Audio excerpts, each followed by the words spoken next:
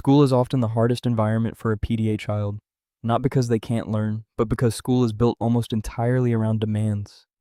Line up, sit down, stop what you're doing, do this now. From the moment a PDA child walks through the school door, the demand load is constant. For a nervous system that experiences demands as threat, that's exhausting before the first lesson begins. This isn't about ability or willingness to learn. It's about what happens in a nervous system that interprets demand as something threatening and then has to hold that response together for 6 or 7 hours a day. One of the most common patterns with PDA children in school is that they hold it together during the day and fall apart completely the moment they get home.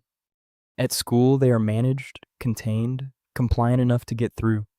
At home, shutdown, meltdown, refusal to engage. Parents often describe feeling like the school and the family are living with two completely different children. This is not a home problem. It is the cost of what it takes to survive a demand-heavy environment for a full school day. The school sees the managed version. Parents absorb the fallout.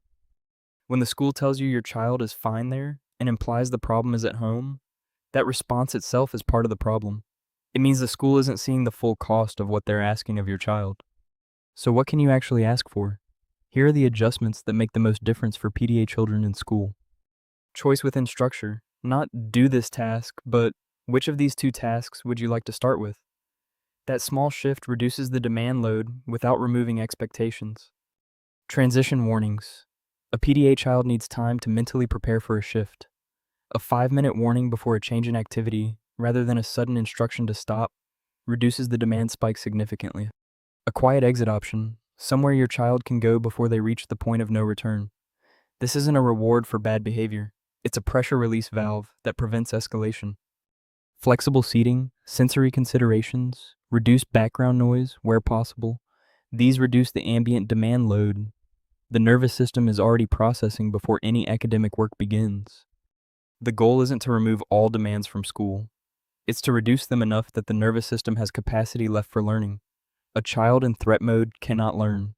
A child who feels safe enough can. Many teachers have never heard of PDA. Some will be genuinely curious, others will push back. Here's a framing that tends to land. My child's nervous system interprets demands as a threat, even ones they want to comply with.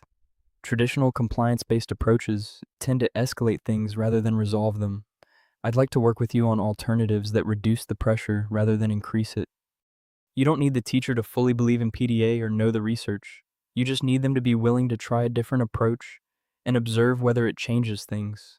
Most teachers, once they see it working, are willing to keep going. If you're in the middle of these conversations with a school right now, you are not the only parent fighting for their child to be understood rather than just managed. There's a free Discord community in the description for PDA parents and families navigating exactly this. Link below. I'll see you in the next video.